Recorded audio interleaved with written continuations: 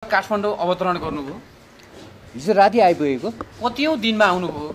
म हिजो 30 दिनमा राति कलङ्की आएँ, आज 31 दिनमा चाहिँ काठमाडौँ भित्रै छिरेँ। म तपाईँ हिँड्दै खाली खुट्टा आउनुभयो हो? म खाली खुट्टै आएको। म गाडी थिए होला, साधन केही थिए होला, कसैले सहयोग लिफ्ट सहयोग गर्नुहुन्थ्यो होला? म यो काठमाडौँ आउने बेलामा म पहिला बसबाट आउँथेँ है, मलाई 3 दिन लाग्थ्यो।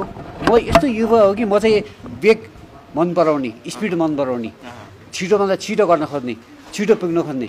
अब तपाईँले सिङ्गो राज्यलाई, अझै भनौँ प्रधानमन्त्री केपी शर्मा ओलीलाई चुनौती दिँदै हिँड्दै आउनुभयो, प्रधानमन्त्री कार्यालय पुग्नुभयो तपाईँ।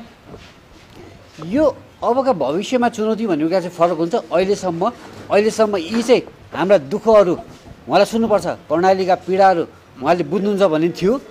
अहिले चाहिँ यो मेरो सोचहरूमा परिवर्तन आएको छ। प्रधानमन्त्री कार्यालय छिर्न दिनु भएन? मैले प्रधानमन्त्रीलाई भेट्न पाइनँ। लखेटियो, मलाई रोक्यो, मलाई जुत्ता दियो। म गेटमै यो मलाई बालुवाटारमा निर्देश क्षेत्र भनेर मलाई चाहिँ 200 मिटर ओरै रोक्यो। 200 मिटर ओरै रोक्यो। प्रधानमन्त्री त जनताका हुन्, तपाईँ नेपाली नागरिक होइन भने? तर एउटा के भने चाहिँ म कति दिन 4 प्रदेश कर्णाली हुँदै, लुम्बिनी हुँदै, गण्डकी हुँदै म बागमती पुग्या हो। म तुरुन्त हिजो मैले घर छोडेर अनि आज बिहान आइपुग्या होइन।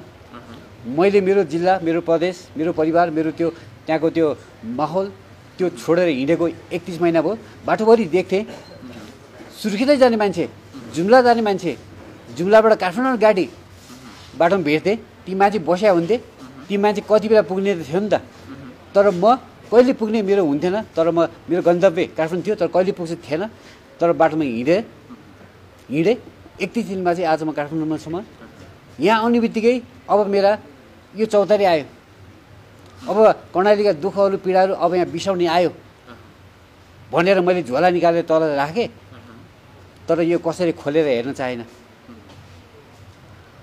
अनि तर एउटा के पनि बुझेन भनेपछि म कति ठाउँमा पानी पाएन होला, कति ठाउँमा खाना पाएन होला, कति ठाउँमा सुत्ने पाएन होला, कति मलाई पोल्यो होला, खुट्टामा घाउ भयो होला। 31 दिनमा 31वटा घाउ भए, 31 ठाउँमै सन्चो भए। तर जुनमा मनमा पीडा लिएर अब जान्छु नि म कर्णाली, यो कहिल्यै सन्चो हुँदैन। सरकारले यहाँ चाहिँ मलाउन सक्थ्यो। आज कर्णाली रोयो, त्यसो भए कर्णाली हिजो पनि रोथ्यो, आज हँसाउनु खोज्या हो। म सकेन।